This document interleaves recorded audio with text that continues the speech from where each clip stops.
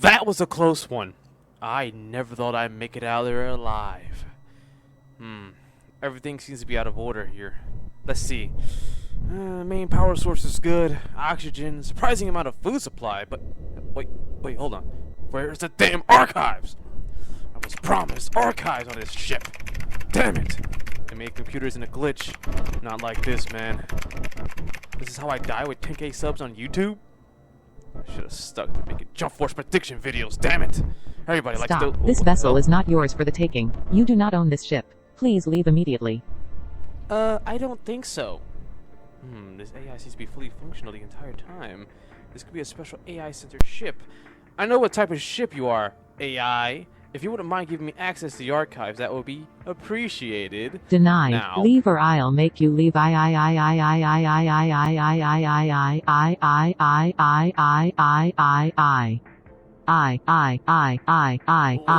the fuck up already.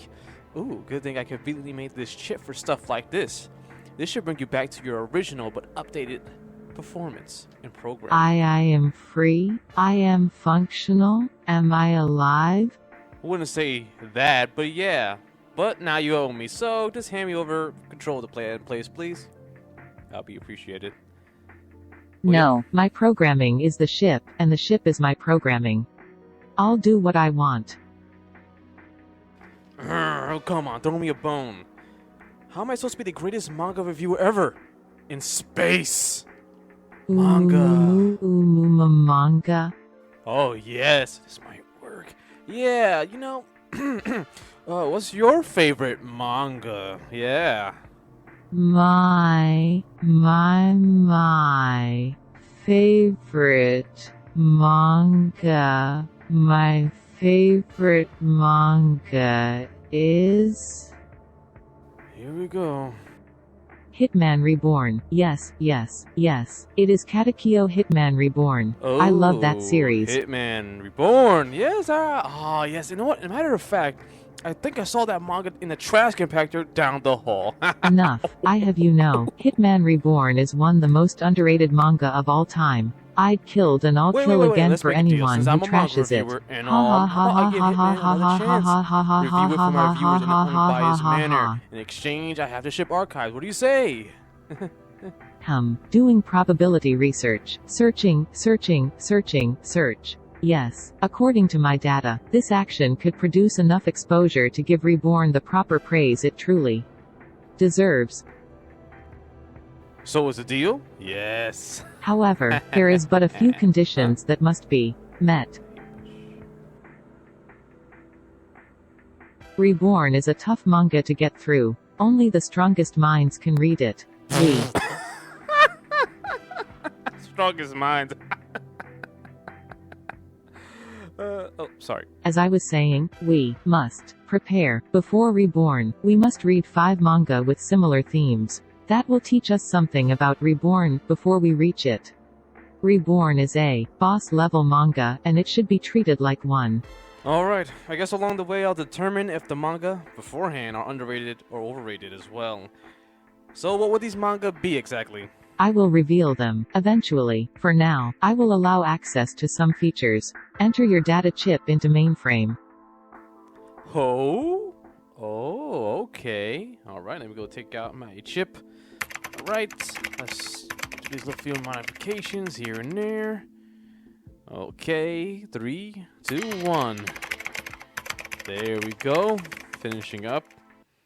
Nice. Now that's a main frame. That's what it should look like too. Since you boast incredible knowledge on Katekyo Hitman Reborn, I will allow you to showcase this knowledge. I'll allow you to choose the first manga. Now proceed. Really? It would be my pleasure. Alright, I think for episode 1 of Underrated Overrated, we can review a canceled manga recently, Samurai 8, The Tale of Hachimaru. It also takes place in space as well. Error. Yo, what's going on? You told me to pick! I get to pick the manga. What's wrong with my pick? Huh? Re-establishing confirmation, according to my data. Samurai 8, The Tale of Hachimaru has not been cancelled. You shitting me? For real? Fine. I guess I'll do Tokyo Shinobi Squad instead. Let's go.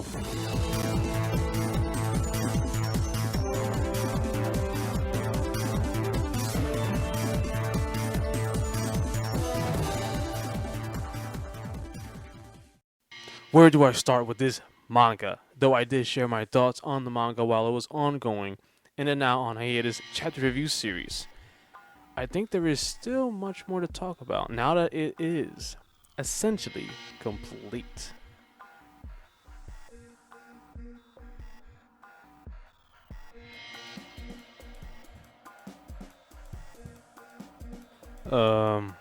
What is it? Why the long pause there? How can this be episode 1? My data indicates at least 3 other episodes with the same name. This would be episode 4, wouldn't it? Shh! No. This is episode 1, my dear. Numero uno. But This is canon. This is canon. Other episodes are non-canon, okay? In this universe, non-canon. Where was I? Oh yeah. Story by Yuki Tanaka and art by Kento Masura. Tokyo Shinobi Squad was announced around May 2019, began in June 2019, and met its end in December 2019. It had a lifespan of 6 months. I won't go over sales this video, because you know it got cancelled, but just know in the future there will be sales discussion for other manga. But for now, I think it's time for us to head for the first impressions. Let's go.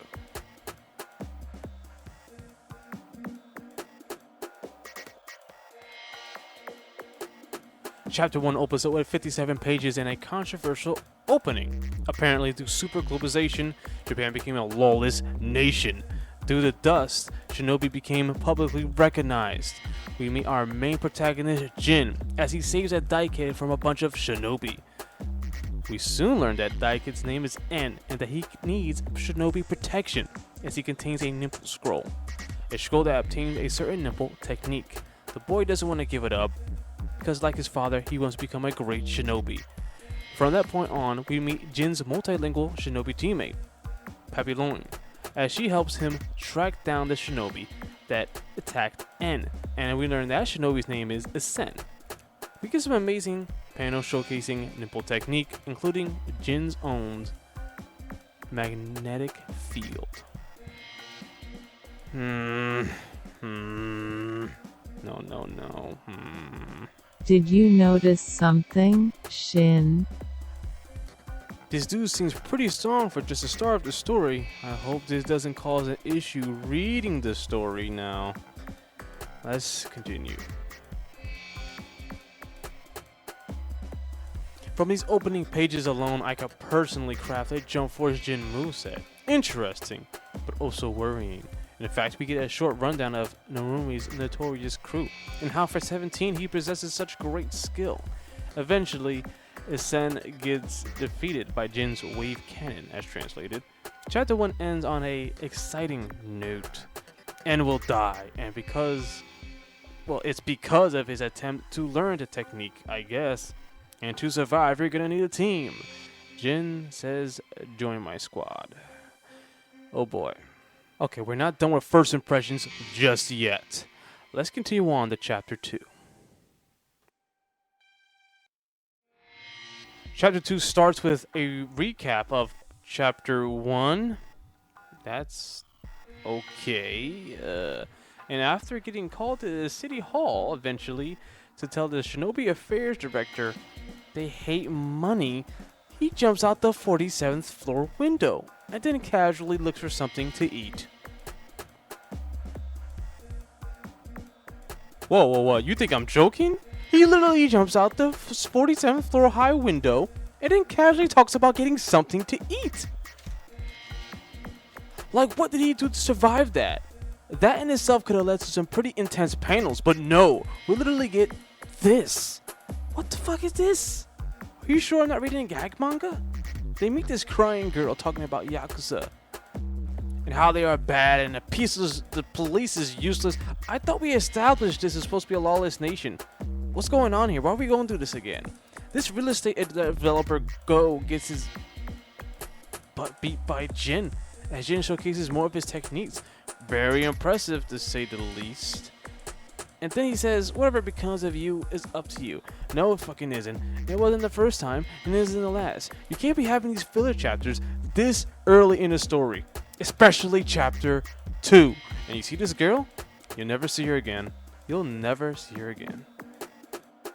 Let's move on to chapter 3. I hope it gets better. A few days have passed since I met Jin.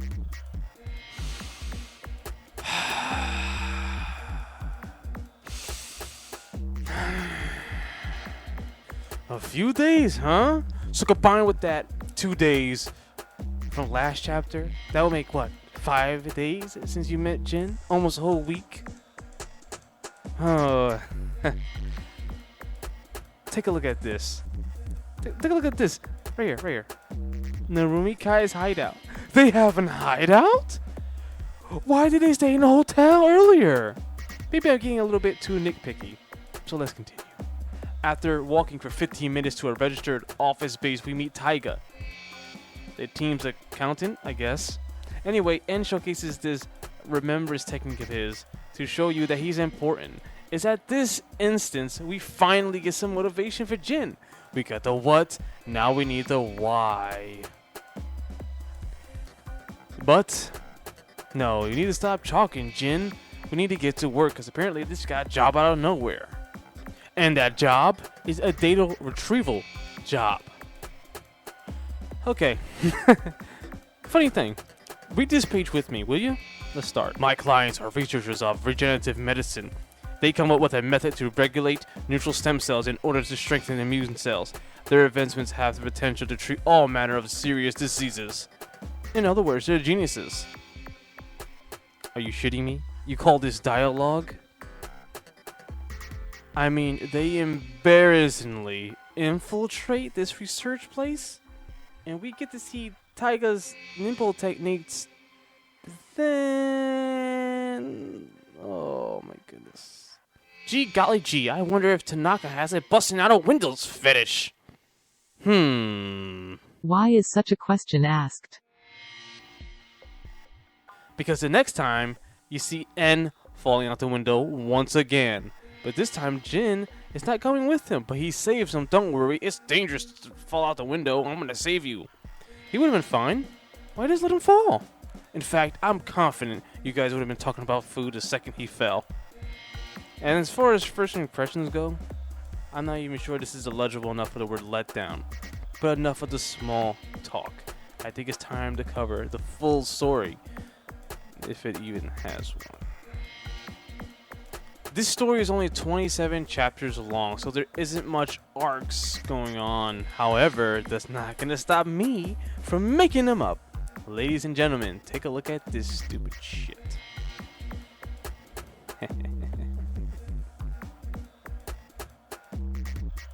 From what I could tell, these are pretty much the arcs in the story.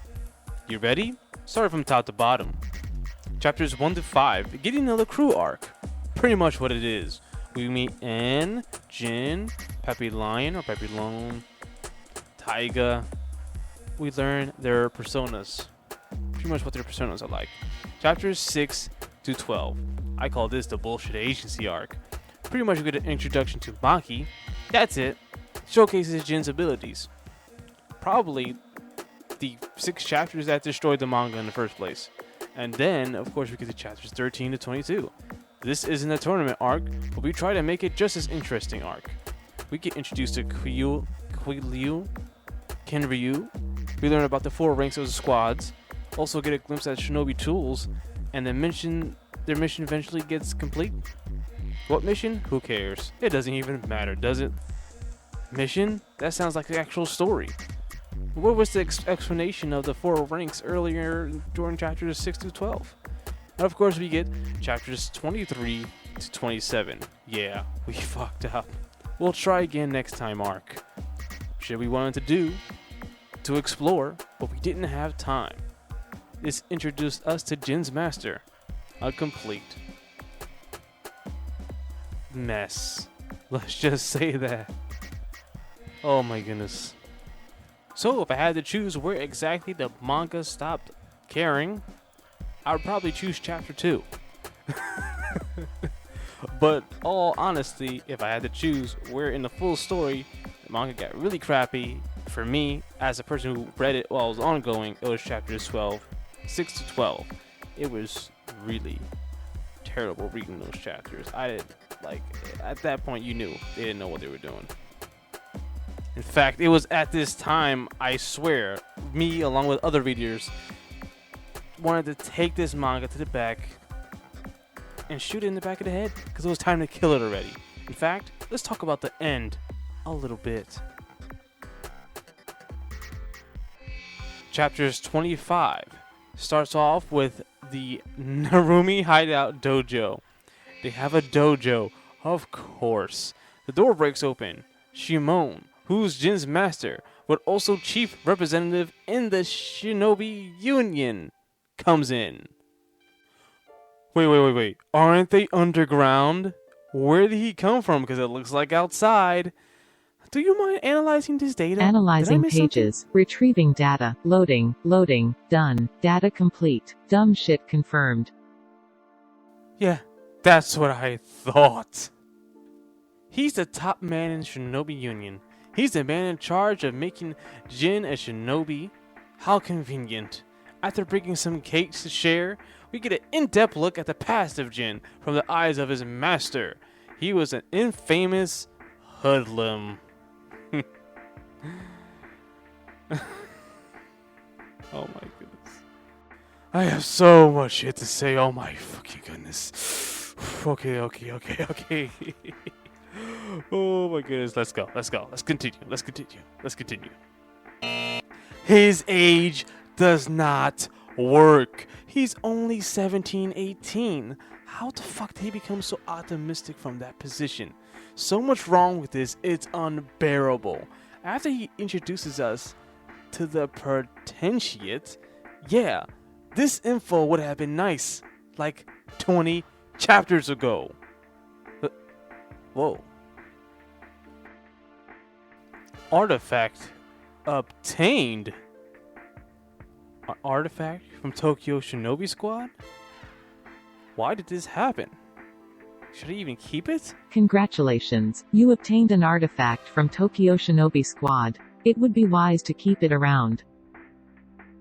Interesting, but of course, not as interesting as why Shimon came there in the first place, right? Shimon wants the scroll of remembrance, or whatever the fuck it's called. He wants to protect it from the potentiate.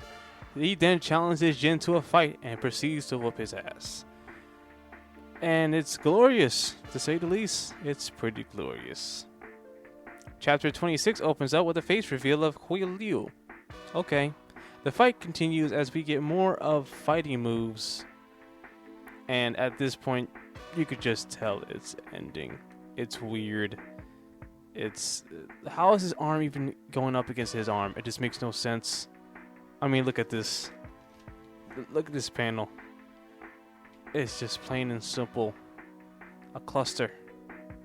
We see grown-up N at the end, but what could have been a great story. But what happened to N's father, and why did shh? It's over now. It's freaking over now.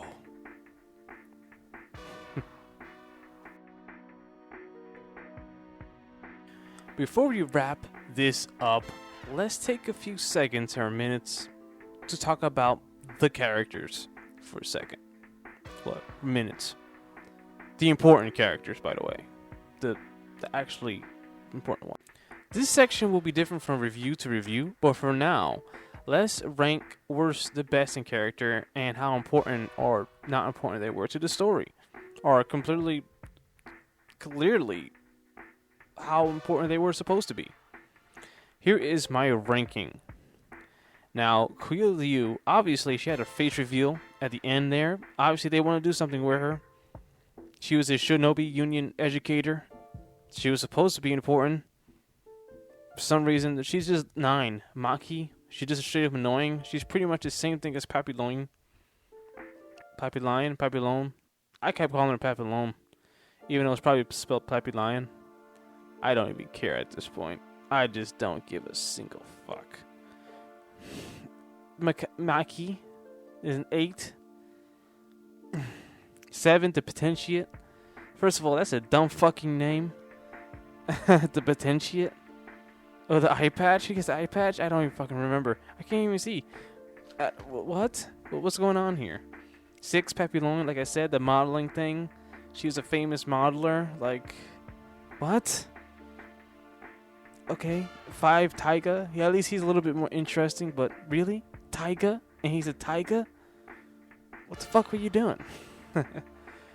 Okay. Shimon, of course, he was cool, but you could take his entire character out, and it doesn't make it any less cooler, man. I mean, any less. You could take his character out, and it does. Put his character in. It's just, it doesn't change anything at all. It doesn't matter. His character doesn't matter. It's just why? Why do you add him? It just makes no fucking sense. It's just trash. Jin Narumi is kind of like a weird Mary Sue in the story. You're supposed to relate to him, but he has such a huge moveset. It does not make sense for his age at all. You can't develop with him. There's nothing to develop with. He's just, okay, I beat the world. Oh, injustice is so bad. It's typical shonen character bullshit. And of course, Ken Ryu, at least he's likable to a certain extent. He has Shinobi tools because he can't use the freaking Nimple Scrolls. And then there's N. Obviously, the main character is supposed to be the main character. And now it's time for my favorite part. Favorite part? It seems you don't like the manga at all. Oh, you misunderstand, my dear. I meant this part of the review. So I ask you, what will you change about Tokyo Shinobi Squad? Oh boy, where do I begin? Alright, starting from the top left, going down into a zigzag, into top right. The chase happens. From the beginning, you see the chase, you get the introductions of the corrupt society, you get those steel panels, but after that, you get introduced to the Potentiate. I call him Popo, because it's a better name than the Potentiate. Like, what? And then after that, we get introduced to a 27-year-old squad veteran. That's Jin as a squad veteran. That's 27 years old. So when you see him in his moves, when he does the moves, it's somewhat believable. And this obviously will shift focus between him and N. Jin wants to scroll for his own game. He wants all 5 scrolls. Now this happens between chapters 1 and 2. Now, not only does this makes his age make a little more sense, gives him motivation and gives you the reader motivation to see how twisted he is from the society that he lives in. But as we continue on, of course, chapters 3 to 12, establishing the characters, kind of beginning to rank arc properly. None of that agency bullshit. None of that. And then head downwards, not right, downwards. Ken Ryu ends up killing the people and establishes himself as a true rival character to Jin. They both have a weird flow to each other, so that's bound to change up a few things presented in the original story, of course. And of course, that leads us to chapter 13 to 27, and shows some skill. Of course, spares a kid at the end. Let's just say he was in a position to do that. And that leads, train Jin to changing himself a little bit. Just a small, weird... That's just better than what the fuck happened. It makes a little bit more sense. Okay? I'm just so done with this manga. And it's time to do the score. Yes, it is time to determine whether or not Tokyo Shinobi Squad is underrated, overrated, or even underrated, overrated. We already know it isn't any of those things, so what is it really? Is that at this point in time, I like to do a few things. Appreciate the artwork and showcase to you the manga stats. But which I think is very important. We're at the end, so let's showcase them to you. Let's start off with total chapters for Tokyo Shinobi Squad. The total chapters we read is 27. Pages read, 634 pages. Total arcs, 0. Recommend level, low. Shocking moments, 1. Boredom level, high. Arc story sync, 8 out of 10. Story potential, high. Ending satisfaction, very, very low. NA, the score, 1 out of 10. It's trash, boys. It's fucking garbage. Let's talk about the art. Kento Matsura does a great job at projecting wherever the fuck Yuki Tanaka was trying to tell. Seriously, the artwork is indeed a saving grace. Even if it's what you expect. It's always straight. It's just one of those things where the artwork is good, but the story doesn't push it to its limits. And overall, that's what Tokyo Shinobi Squad is about. Limits. Limits. Theme. It's the theme that will lead us to Reborn? Yes. In fact, Tokyo Shinobi Squad is not very ambitious. It's limited. In fact, what's represented doesn't work in a manga at all. It more so works in the lines of a video game. That's right, a video game. If you told me your first mission was to save this kid, he joins your squad, and your goal is to pretty much save the streets from Tokyo's crime-ridden bullshit, I would believe you a little bit. Just everything about this fits a video game story, pacing, and the setting. And it kind of feels like it's not even in the right place. And yeah, you see it right there. That's the score. That's what I'm giving it. Tokyo Shinobi Squad is out of place clusterfuck. And that's exactly what this manga is. If Kenta and Yuki ever work together again, I wish them the best of luck on their manga project of choice. And if that shit ever gets canceled, Storing data. Storage complete. it. Sending to archives. Loading. Storage name. Tokyo Shinobi Squad. A out of place clusterfuck. Not a bad start. A little awkward. Awkward beginning. What's your name? Searching. Search error. Data lost. Replacement. Optional. Well, we gotta give you something. So I guess this is a challenge to my subscribers and viewers. Give me a name to this AI. Give me something good. And we have tons of manga to cover. We are truly just getting started. I don't know what the next manga is, but it better be pretty good.